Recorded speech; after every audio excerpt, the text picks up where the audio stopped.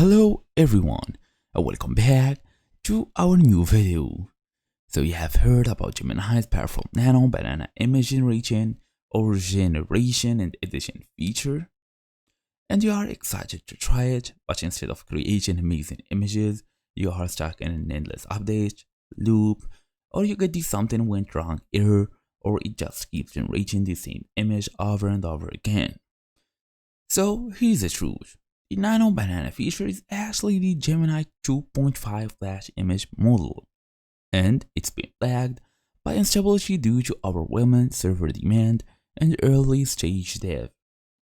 The good news is that while many of these issues are server side and totally out of your control, there are effective workarounds you can use.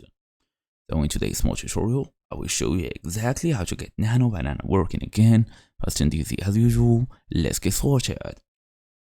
First, you have to understand the update loop bug. This is the most common issue. The app continuously prompts you to update even when you are on the latest version.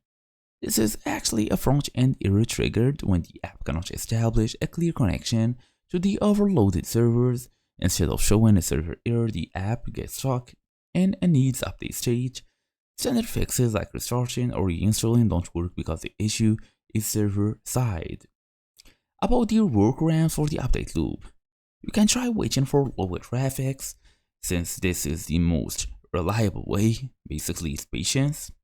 Keep waiting until it's fixed since it's a server issue. Then try to fix the same image generation loop by starting a new chat session. Then submit a bug report to Google if it's totally needed. That's your idea. Thank you for watching. I'll see you all in the next video.